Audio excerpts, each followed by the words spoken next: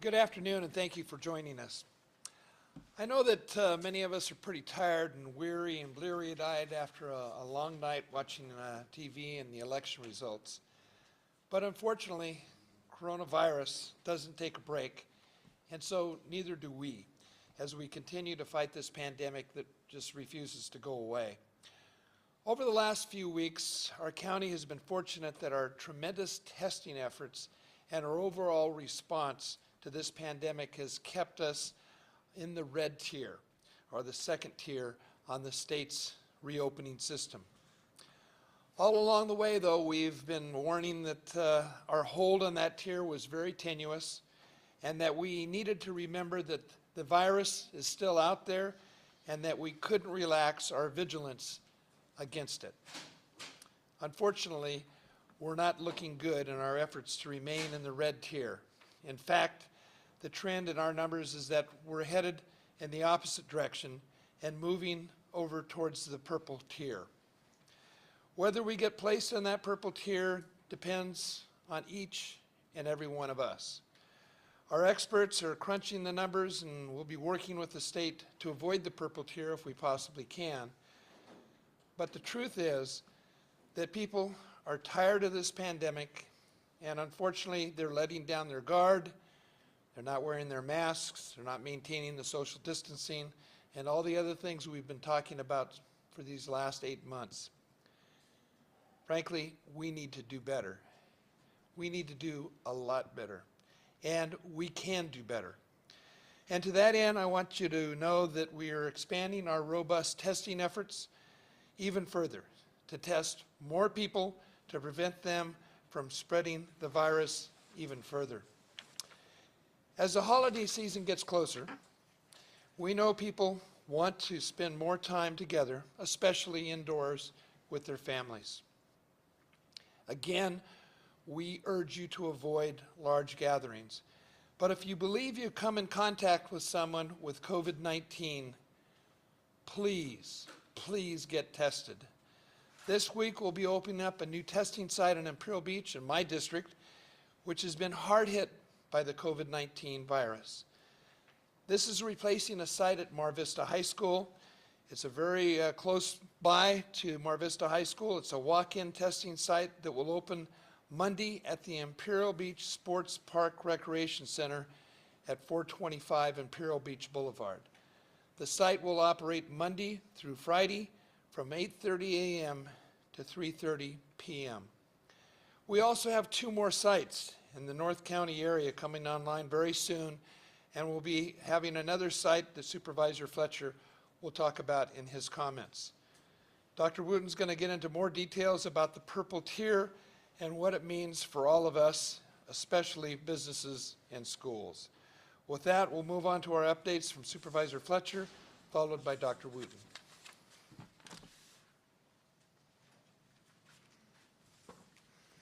Thank you, Chairman Cox, and good afternoon. For the past several weeks, we have been sounding the alarm about the increase in cases that we've seen throughout San Diego County. And unfortunately, that increase in cases has caught up with us as it relates to the tier that we are in per the state guidance. In the month of October, our unadjusted case count went from 7 to 7.2 to 7.8. It's now gone to 8.7. And over the course of the last month to month and a half, our considerably higher than average testing has been able to provide an adjustment factor which has kept us in the red tier. But again, there are limitations on how much credit you can get and how much that can help when your case count continues to climb as ours has. And so the reality is this is our first week in the purple tier. It is worth noting and reinforcing that there is no change in public health orders or restrictions after 1 week in a tier. It takes 2 consecutive weeks in that tier before any of the limitations around indoor operations are reinstated. We certainly hope that we avoid that. We'll have to wait until next week to see what our numbers are next week. But it would take a significant change in trajectory given everything that we've been witnessing over the course of the last month in order for us to avoid that. But we remain hopeful and somewhat optimistic that will happen. But what we know is that we have it within our power as a region to control the spread. We see examples throughout America of what is possible. We see examples of what is possible if you don't work to slow the spread. You see significant taxing of your healthcare system. Right now, Missouri, Oklahoma, Iowa, Indiana, Nebraska, North Dakota, New Mexico are all reporting record high hospitalizations and significant strains on their healthcare system because they did not act soon enough to slow the spread before it led to significant challenges with their healthcare system. That is what the tiered system and that is what our actions strive to avoid. Sometimes you have to take action before you think it is necessary. On the flip side, we see what is possible even in urban areas that have significant densities. We've seen San Francisco County be able to descend into the lowest tier.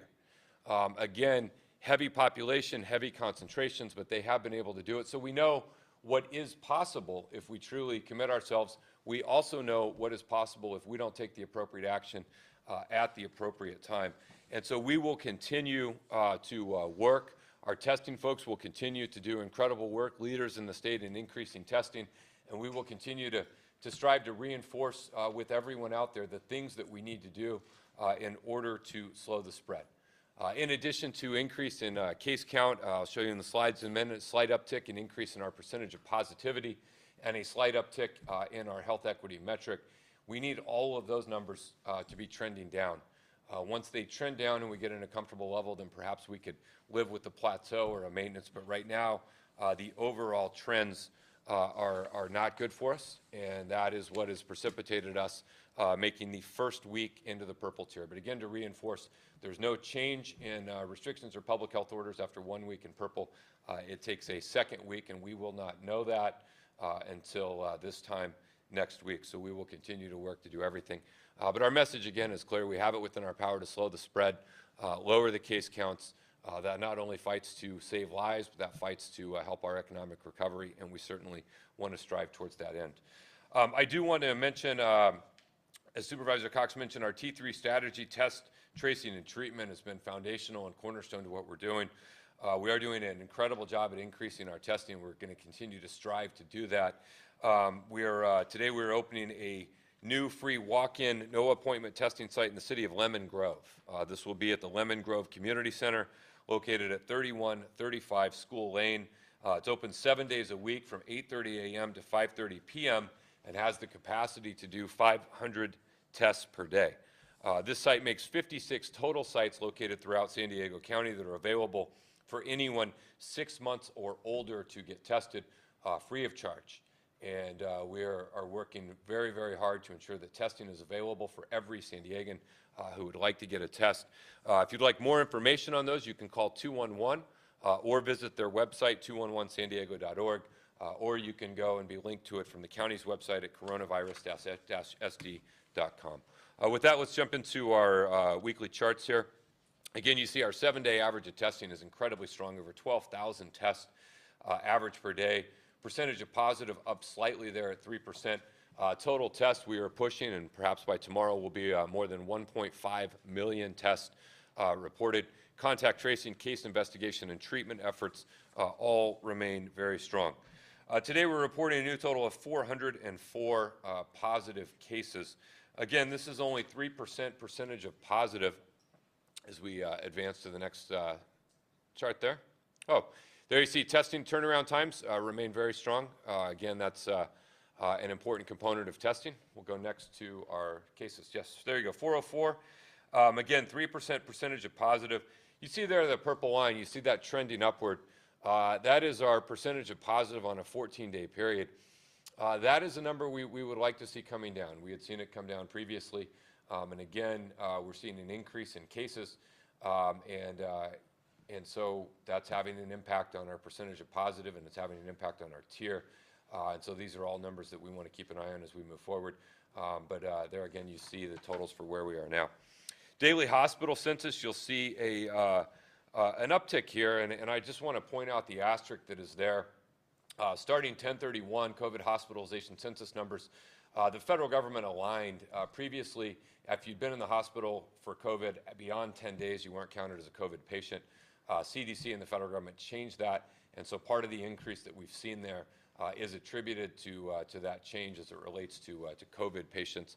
You see on the asterisk right there, but you see 106 in ICU, 297 overall. Next, we'll look at how our COVID hospitalizations are factoring in compared to overall hospitalizations. And again, you see total hospitalizations there at 4,378, below our 80% reserved cutoff list. And next, ICU utilization, again, still holding relatively stable even with that change in accounting, but it is up a bit at 68%. That concludes my section of the report. I'll now turn it over to Dr. Wooten for a public health officer's update. Dr. Wooten will also be walking through potential changes if, in fact, next week we have a second consecutive week in purple and we are sent into a higher tier.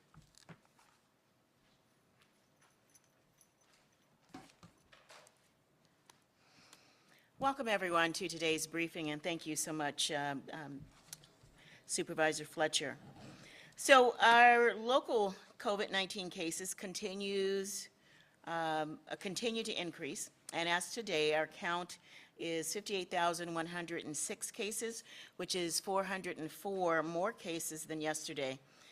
And I'd just like to share with everyone that over this past week, we have had 300 or more cases, and we really want to see our daily case count be in the 200s or less.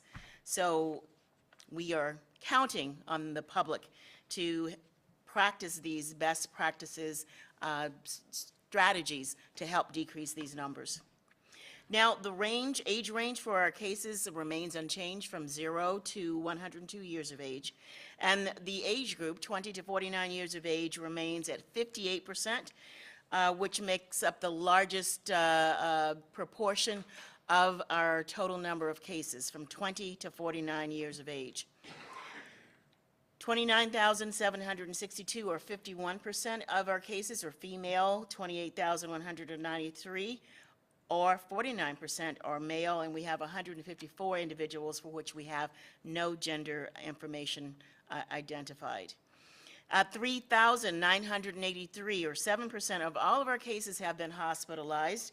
59% of the cases were in the Latinx population, and 921 of those that were hospitalized have been admitted to the ICU. Now, this number is approximately 2% of the total number of cases and 23% of the total number of those hospitalized. And the total number of cases also includes 904 deaths, which represents 1.6% of the total number of cases, and we have 3 new deaths that are reported today since yesterday. Now, of the 904 deaths, 862, or 95%, had an underlying medical condition, and the remaining 42, or 5%, had no underlying medical conditions. And the top 3 underlying medical conditions have not changed. These remain to be hypertension, diabetes, and heart disease. Now, in the next slide, we will review the triggers dashboard, and there are 2 metrics that are abnormal. I will first talk about community outbreaks, and then we'll talk about the adjusted case rate.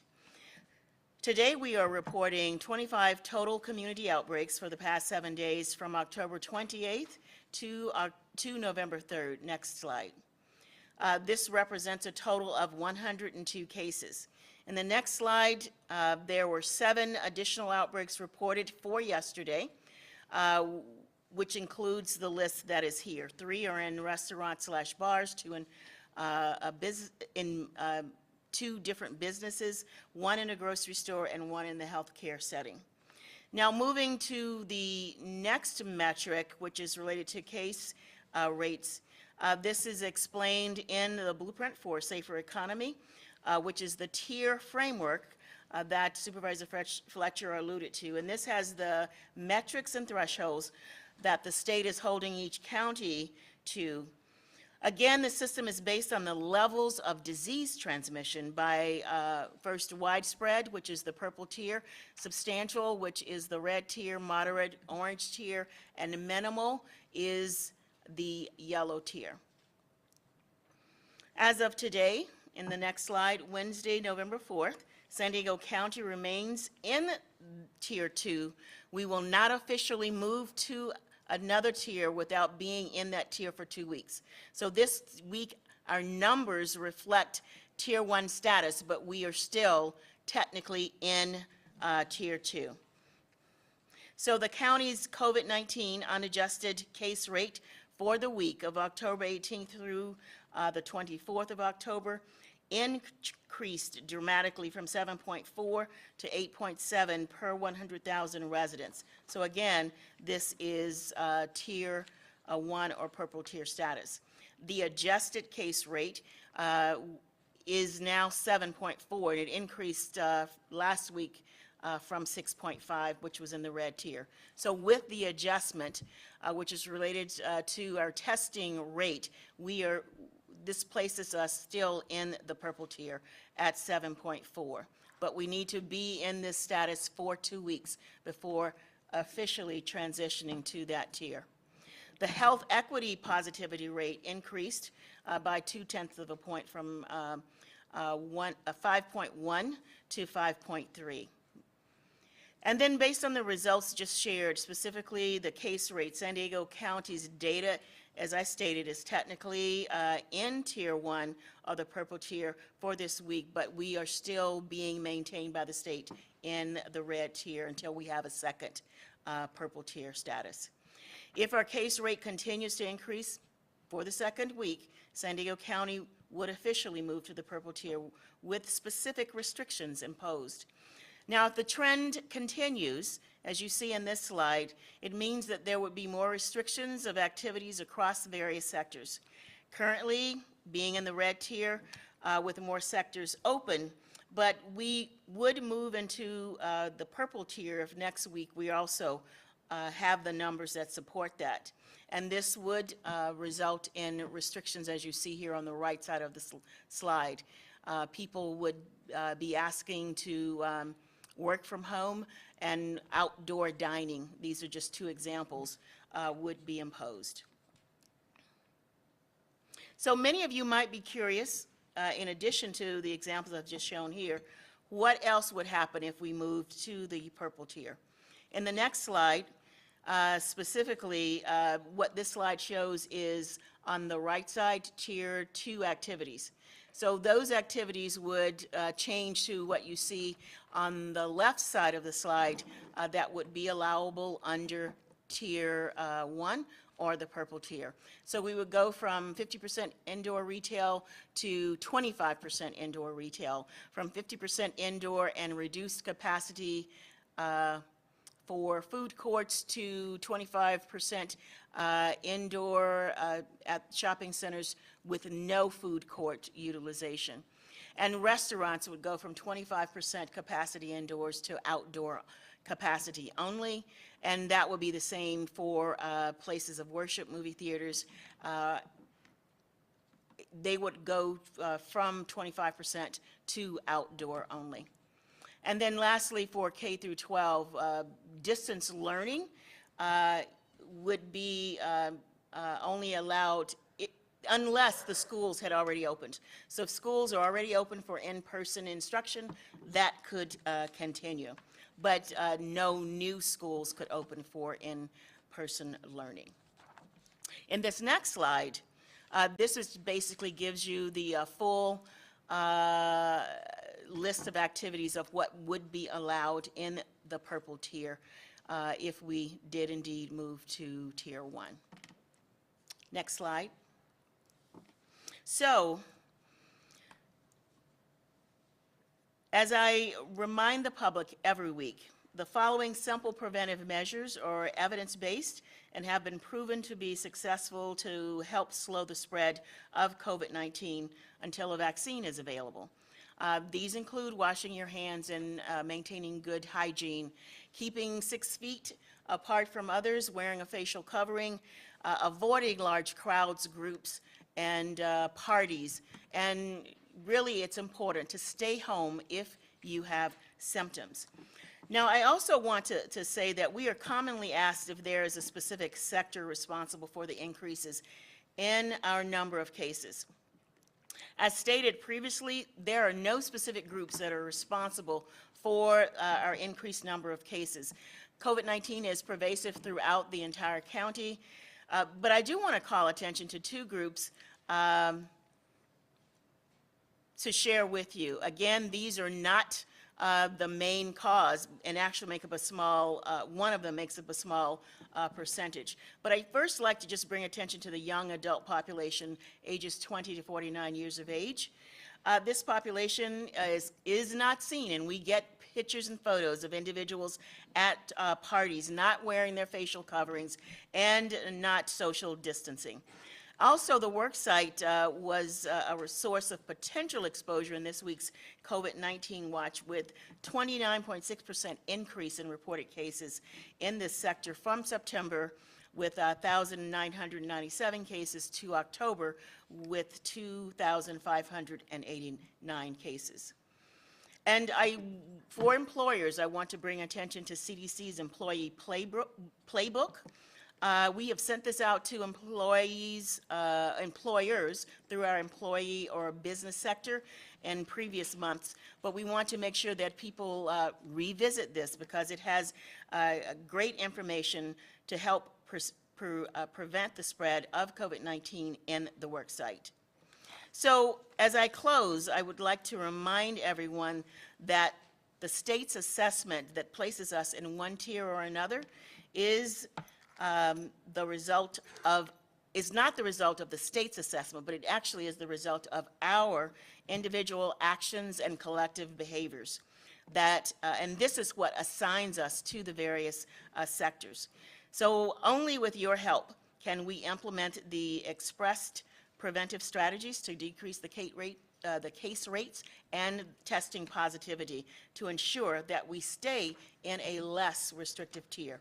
So I would now like to re-invite back to the podium our Chairman Cox so that we can take questions. Thank you.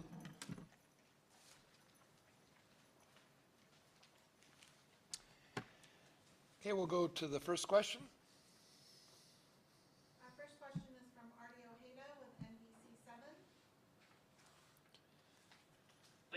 Dr. Wooten basically touched on it, but if there are any other thoughts that you have on it, I'm just basically what's driving the increase of these cases. And to that end, I'm wondering if you guys could give me an update on the status of those 8 cease and desist orders that were handed out over in the college area last week, if there were any cases in that area that drove up the numbers. Okay, Dr. Wooten, you want to respond?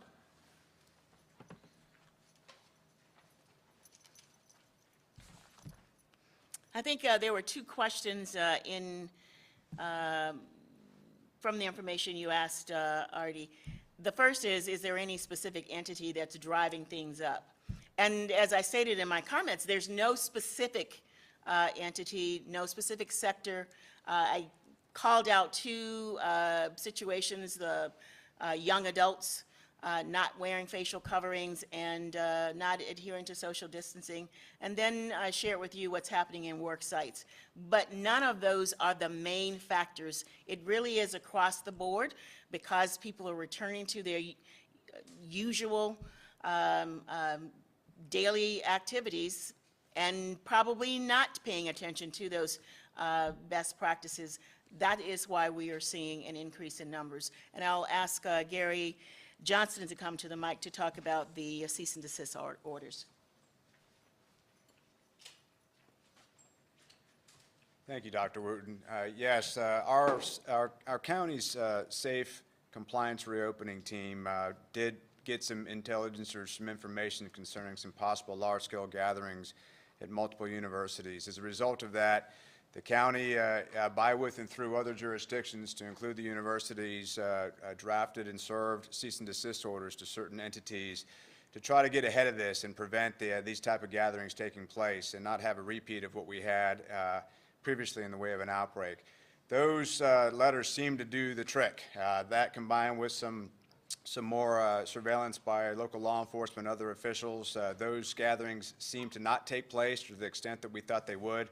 And as a result, we feel that it was successful in what we had intended to do with the cease and desist orders. Would we expect to see some case increases over other activities during that period of time, the holiday time frame? We really won't know that for a while longer, at least for another week or so. That's just based on the standard factors with respect to case identification. So that answers that question. Thank you. Thank you. Okay, we'll go to the next question. This next question is from Brandon Lewis with CBS 8. Thank you. Good afternoon. I saw that San Diego County is adjudicating some of the data that CDPH is looking at. Could you tell us specifically what data is being adjudicated and how many cases are being adjudicated, please? Okay. Dr. Wooten's going to respond.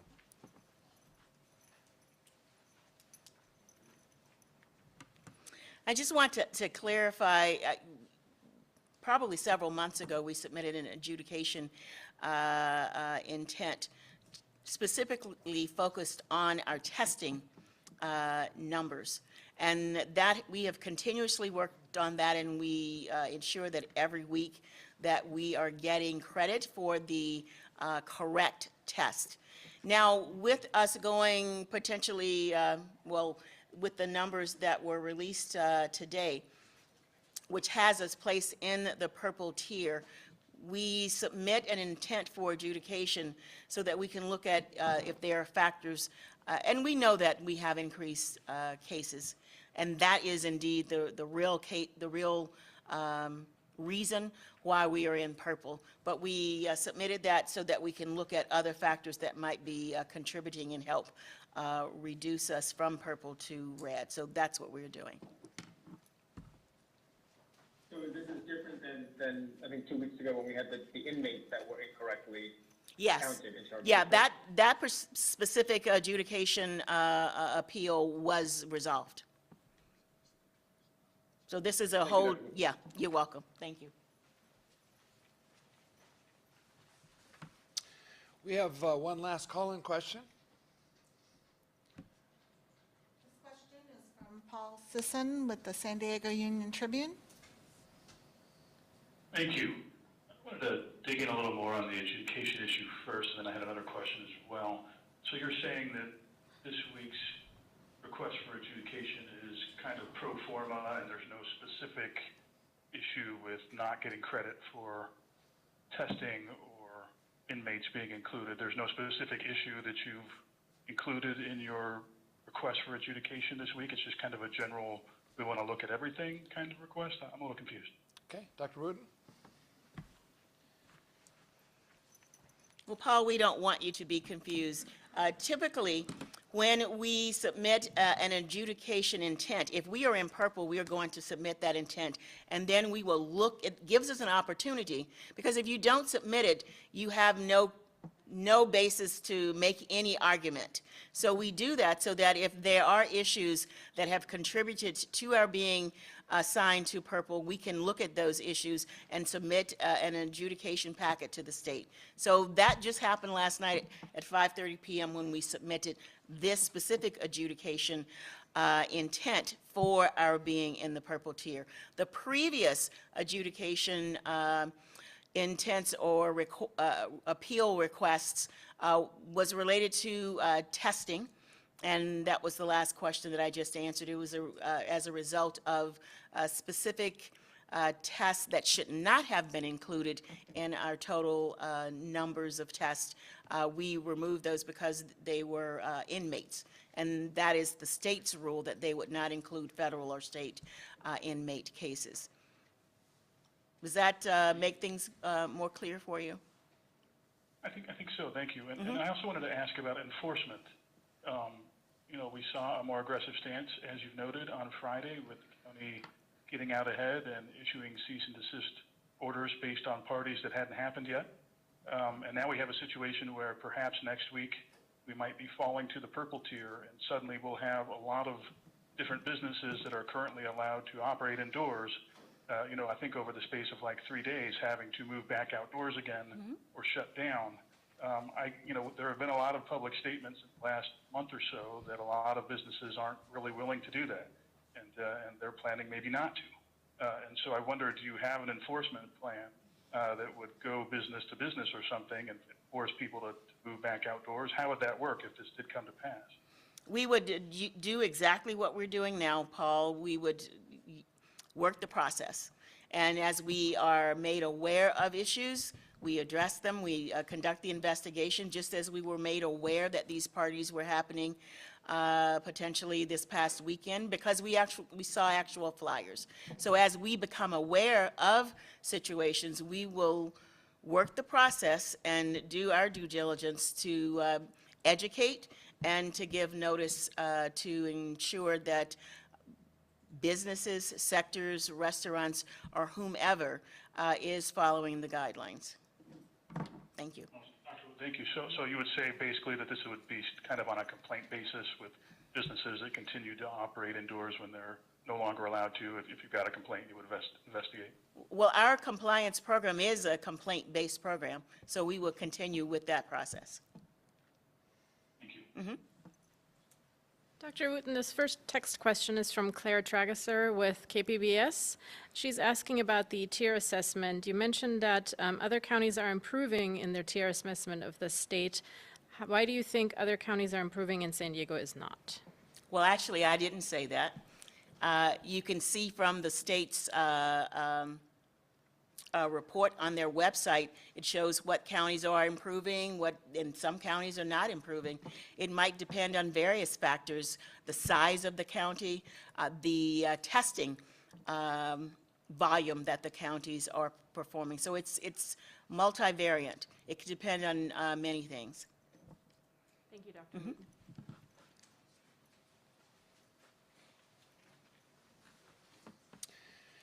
This last texted question that we have is dealing with the fact that as these numbers increase, are we going to be looking at more stricter enforcement?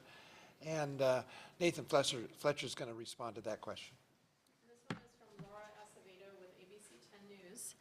Officials mention people are letting their guard down. Has the county considered any stronger enforcement methods to try and get the numbers down, like issuing fines or citations for people gathering, having parties, or not wearing masks? Yeah, thank you for that question. The issue of enforcement's been an ongoing challenge all the way back to the very beginning of this, and we're certainly doing everything we can. But in light of the possibility of going back into purple, our enforcement teams are taking a fresh look at what proactive steps they may be able to take.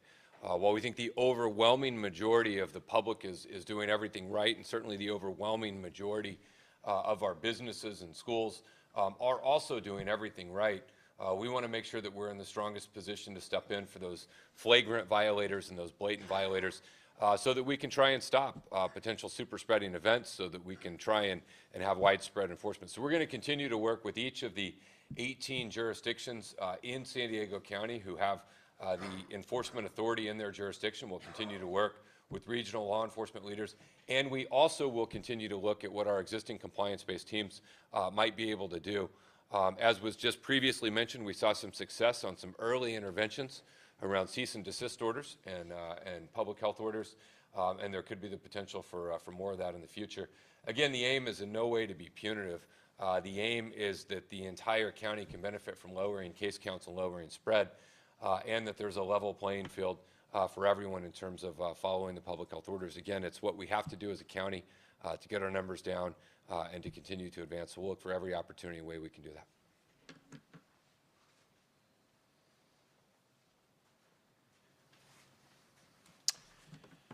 Thank you, Supervisor. Well, obviously today was not a good news day in regards to COVID-19 in San Diego County. I don't think any of us look forward to being in the purple tier. Obviously, our ability to stay out of that purple tier on a permanent basis is going to be predicated on everybody doing what we've been talking about here for the last 8.5 months, wearing facial coverings, maintaining social distancing, and avoiding large gatherings. We certainly hope that we can work together in a cooperative vein throughout San Diego County to maintain the red status that we're in right now. Well, we're not in technically, but if we don't clear it next week, we will be in the purple tier, and I think that's something that we all want to avoid. With that, I would just say before we conclude that we will be meeting next week for the media briefing on Tuesday due to the Wednesday Veterans Day holiday. So we'll be back here at 2:30 on Tuesday, hopefully with some better news. Thank you very much for your participation.